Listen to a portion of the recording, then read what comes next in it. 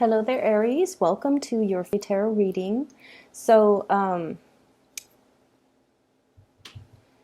let me talk about a few things, and I'm going to try to deliver the messages in the most delicate way that I can, okay? And just bear with me. If the first 5 minutes seems like it resonates with you, just please bear with me for the first 5 minutes. If it seems like it resonates with you, please watch the video because I feel like there are important things that are coming through that you need to be aware of. So I see a lot of warning signs and red flags. And if it doesn't resonate, then of course, stop watching and, you can find other readers on YouTube. But I feel like there are some important messages that are coming through that you might need to hear in this reading. So if it pertains to you, please bear with me for the first 5 minutes and then move forward, okay? So, first of all, what I see is I see this man. He's gliding and he has these artificial wings on. And he's gliding over mountains, over trees, and I feel like he's some type of a self-proclaimed like superhero. And he's looking around for signs, looking around for people who might be in danger, or he's just scoping the landscape, trying to find exciting things to look at. And then he hears like a help, help, help, like a distress signals. He hones in and then he sees this woman. She's like a damsel in distress. She's stuck in this tiny little crevice on the side of the mountain. There's probably like, probably 2 feet, 2 feet of space. So she's stuck there on this crevice and there's only 2 feet of space. And it's the side of the mountain. She doesn't know how to get down. She doesn't know, there's no way for her to climb back up to the cliff. There's no way for her to climb down because it's a really, really far drop, okay? And then he sees her. He's all like, okay, I'm going to go save you. Hang in there. He lands on the crevice, 2 feet crevice. And then he goes, okay, I'm here. I'm going to save you. And then he tries to, get her away. And then he realizes, I have these artificial wings. I need a little bit of a running start before I can take off and soar. But the crevice is only 2 feet wide. It doesn't give him enough room to run, to gain momentum, and to get traction in order for him to, especially, glide, okay? And so we're in a little bit of a quandary here. So the scene kind of cuts out. So what I'm feeling happening here, and the later part of February, you're definitely in a very, very generous, self-giving type of a mood, okay?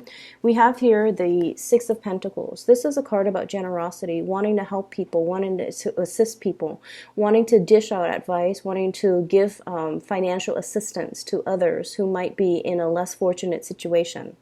I see this for a lot of fire signs. You guys want to right wrongs. You guys want to balance out injustices in the world. So I feel like this is a very magnanimous, loving, selfless energy about you. And you do a lot for other people too. And I feel like, going back to that image, it seems as if you're giving into a situation or you're trying to help somebody, but the Magician in the reverse, you might not exactly know how to go about it the right way, or they're only giving you a piece of the story and they're not giving you the complete picture. Okay, so there are two things at work here. The first thing is that, yes, you want to communicate and you want to be physically available to offer assistance in a situation. But in the process of offering assistance, in the process of giving that helping hand, like physically jumping in and helping somebody, you need to assess your surrounding, you need to assess your environment, and you need to make sure there is an exit strategy. Okay, so then what starts out as you going in to help this woman who's stuck on the side of the crevice of the mountain, then you both become stuck. Okay, so I feel like there is a situation here where we have to be a little bit more strategic. The Magician, this is somebody who knows the ins and out of a situation. They've already mastered the situation. When it's in the reverse position, I just feel like there are elements that you're not really taking into account. There are factors that you haven't considered. And it's sort of like, jump in first and then ask questions later, which might not be conducive to problem solving. When we problem solve, we have to know the ins and out, the beginning and the end. And we have to be able to look at a situation completely and thoroughly with full information in order for us to come up with the best and the most logical solution to that problem. So that's what I'm sensing here. And so the scene it weaves back in, and it's like a nighttime scene. And, so he and the woman have been waiting there for a really long time. It starts out in the daytime, and then the moon comes out, and they're both still on that crevice. So he's scanning his environment, and then he's realizing, I'm not going to be able to use these wings. And even if I have enough of a running start, I'm not going to be able to hold her and maintain my balance in order for us to soar away or to, land safely. And so he takes off the artificial wings. He sets it down and he tells her, we're going to climb down this mountain. There are trees. We're going to, try our best to grab onto these branches and, gradually make our way down to the base of the mountains. And then he tells her, I'm going to give you these wings. You need to hold on to it for me. That way I can carry you, or you can, climb on my back, and then I'll get us down safely. And she's so scared that she's just like, she's afraid of heights, or she's just really traumatized and she's really scared. So she doesn't really budge. Okay. She's just really scared. And so he's getting frustrated, trying to tell her, like, you need to help me. You can climb on my back, and then, I'll get you down safely. Trust me, trust me, trust me. And then finally she doesn't feel like she has a choice.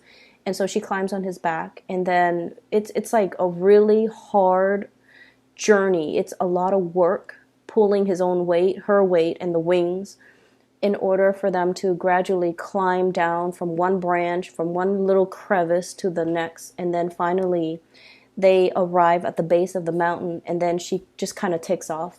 She's so scared that, she didn't realize, oh, thank you so much for helping me. She just sort of takes off, and then it cuts out again.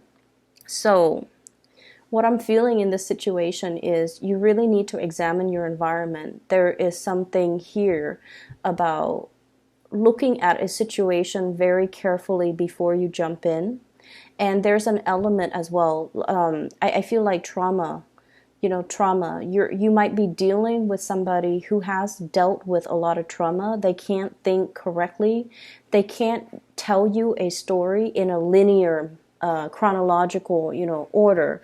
They can't really make sense of a situation. So when you're interacting with them and communicating with them, they're only telling you things that are most prominent, but they're not really telling you the beginning to the end. And you're not really asking the right questions because you guys are very solution oriented. You want to jump over the past, and you want to, okay, we're here right now. Let's focus on the now. Let's find a solution. But I feel like there are things that you have to unravel and make sense of and understand from the past so that you can have a more comprehensive solution to that situation. Does that make sense? What I'm feeling is, I feel like for many of you, you're trying to get around a situation. Like there is a blockage in front of you. You're trying to get around it. And for some of you, legal issues. For others, I'm seeing institutions like, I'm seeing for many of you, like this is the card that came through, the Hierophant in the reverse position. It's a situation where the structure is very, very rigid, but there are a lot of loopholes. There are a lot of strategic maneuvering that you need to make in order for you to get around the situation. So if you were to kind of like attack it head on, you're not going to be able to gain traction. However, if you were to go back and look at the laws, look at the rules, look at the regulations, look at how things have been done in the past, look and study up, okay? He's reading a book here, so I feel like studying up, researching, being able to figure out logically how one thing connects to the other so that you can have full information before you can take on this task. So I feel like on the one hand, you want to help another person. You want to help a situation. You want to make a situation better. But in the process of getting involved, you find yourself very like pulled in, and you find yourself possibly emotionally swayed by another person, by their sob story, by the things that they're telling you, and I feel like you're only hearing things from their perspective. And yes, you're very generous and you want to help, but this situation can land you in hot water, so you need to be very, very, very careful about other people's intentions, what they're telling you, and whether or not they're telling you information that is important, or they're telling you information that is very subjective because not because they're manipulative. I don't sense that. But because they could be dealing with trauma, and they could be giving you information that they think is important, but that doesn't really add to the fact finding that's necessary to arrive at a good solution. Does that make sense? I'm going to give you an example because I have some things that are coming out, okay? So I feel like somebody is telling you, the law says this, but I want you to do this, and there's some deviousness or there's some evasion of the law, okay?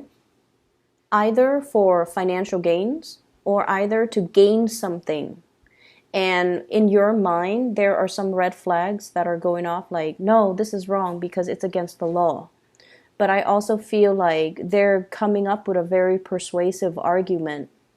And rather than focusing on the fact that, yes, it is against the law, they're focusing on the future, which is, yeah, but if you do this one thing, you're going to end up with all of these amazing opportunities and benefits. And they hype up the story and you feel very drawn to it because so the bottom line is we're focusing on the future. If everything goes according to plan, we're going to get all of these benefits. However, what if things don't go according to plan? The future is all speculative. And so I want you to be a little bit careful about dealing with people who speculate, dealing with people who paint you this beautiful, amazing story, and then you jump in, and then you find yourself very, very stuck. So this is something I feel can be avoided and should be avoided. So if you're still watching this, I hope that you take that into account. If you're dealing with people who are painting this rosy picture, and especially if they're not able to give you the whole story, or if they're not able to give you, step-by-step instructions on how to do something, but they only focus on the benefits, they only focus on conjecturing or even speculating, this is what's going to happen, this is what we're going to get. So please be careful about that, okay, Aries? So going back to the message, the image that I saw, okay, and this woman, she's distressed.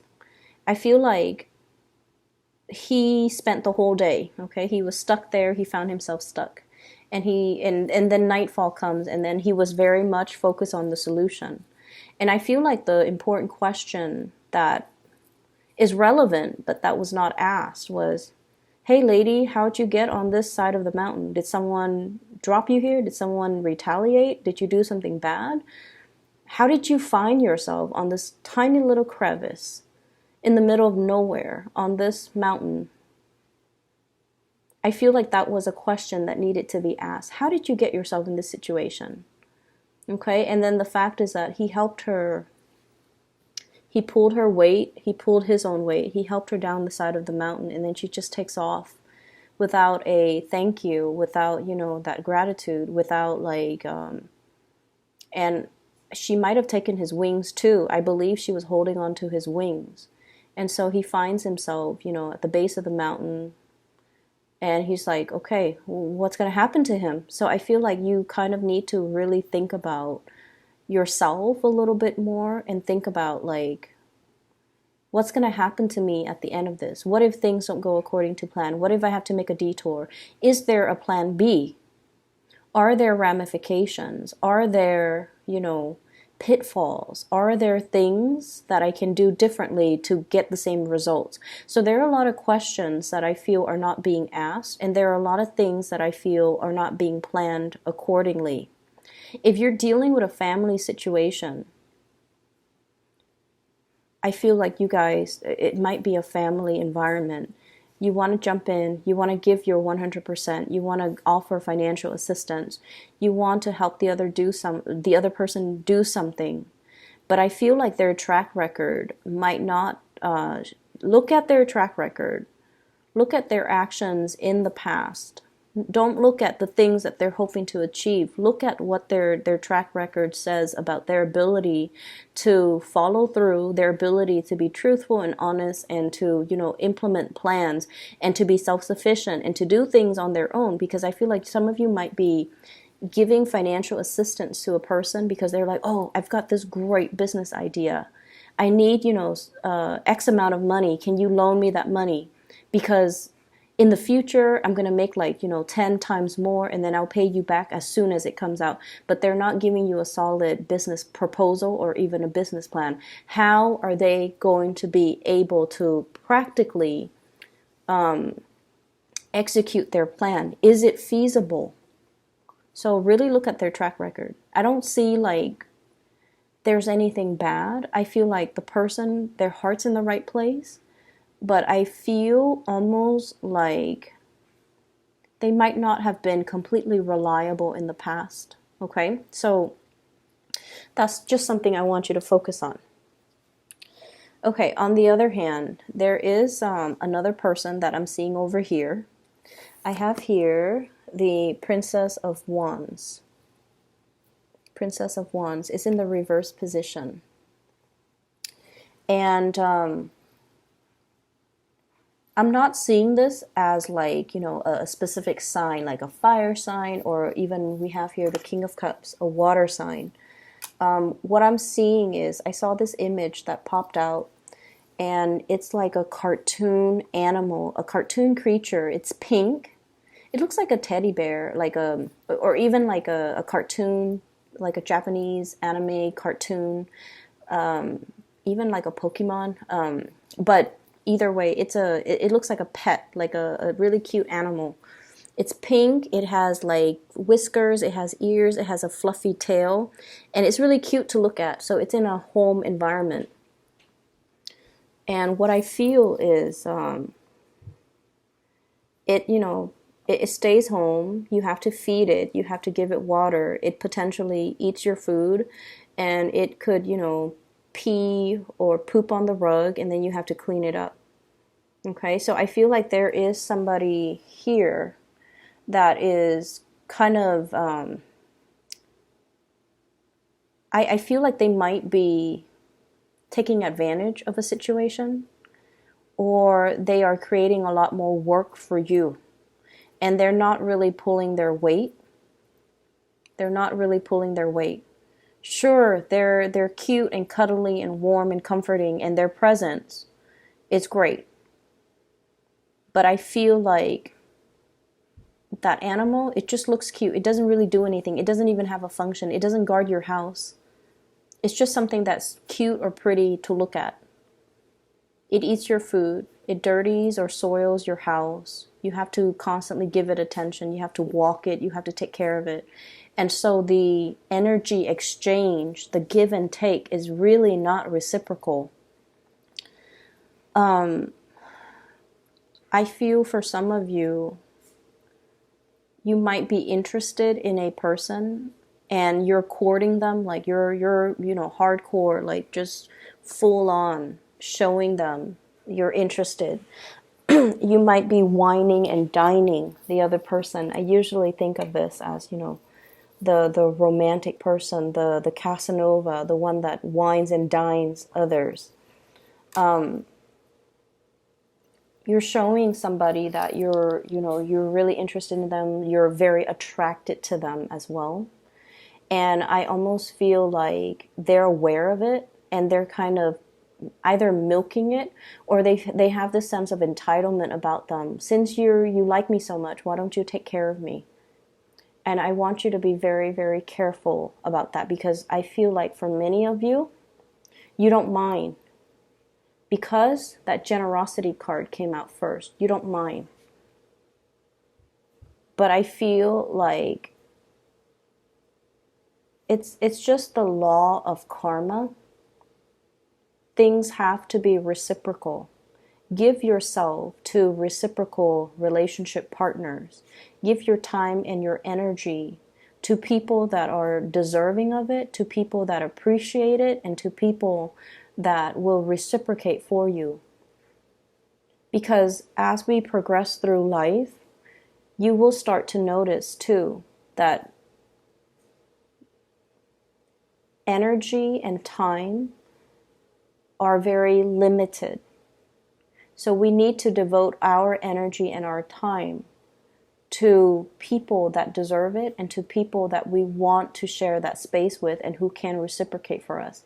As we get older, and I feel like for many of you, you might be watching this, you guys are on the younger age spectrum. But as you get older, and this is what I've noticed too, the demands of work, the demands of friends, the demands of family, parents, aging parents, work, trying to get ahead in your work environment, you're being pulled. You're going to start to feel like you're being pulled in multiple directions. And you don't have a lot of your time to give. And you're going to find that you don't have a lot of energy to give to others.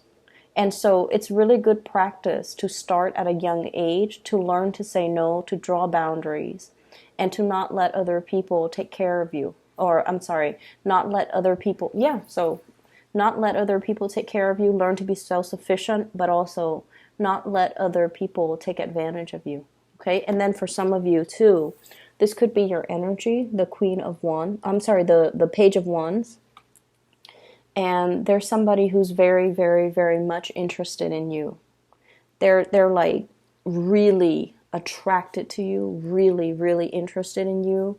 They either want to take care of you, like, I feel like somebody that wants to give you money so that you can date them. I feel that.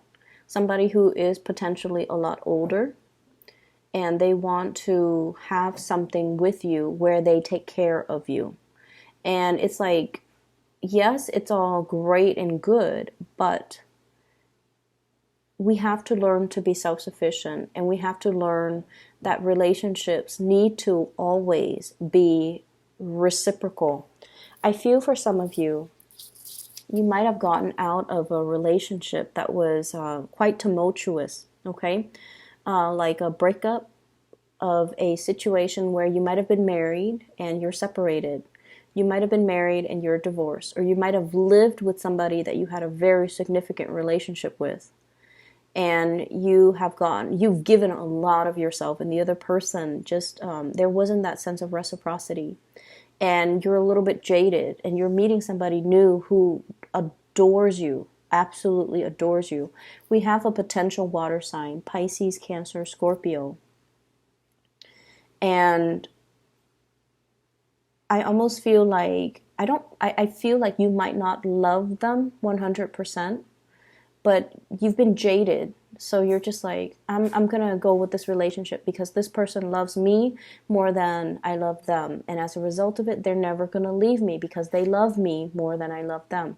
And so you feel like there is a safety and security in that differential between who loves who more.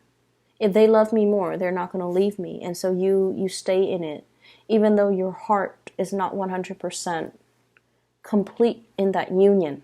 Does that make sense? I feel there is an apology with a person from your past. They're coming to you and they're offering you an apology.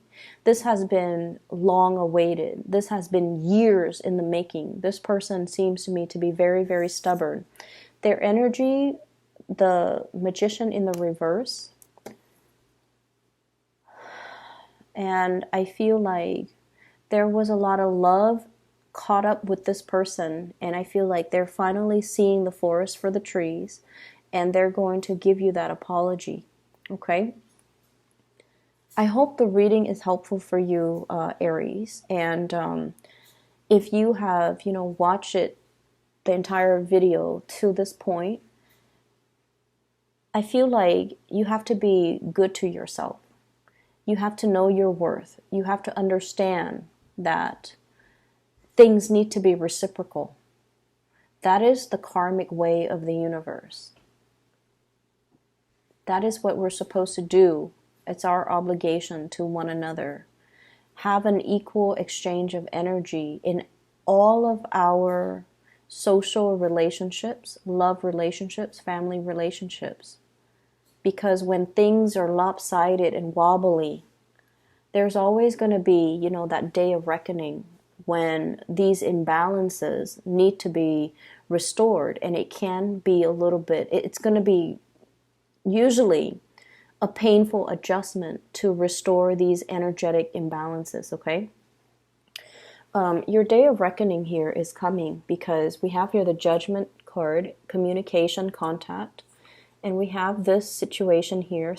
This is the Knight of Pentacles, and I feel like somebody is coming in because they want to offer an apology, and I feel like you've had a really long but also painful history with this person, Three of Swords, and they are aware of their actions in the past. And I feel like, with every type of an interaction, it requires, it takes two to tango, right? They're aware that they made some mistakes. They're aware of their actions. They're aware of how the things they did and the things they say affected you. And so I feel like you have a long-awaited apology that's coming through. I hope this reading is helpful. Once again, final announcement, I promise. Okay, take care of yourself.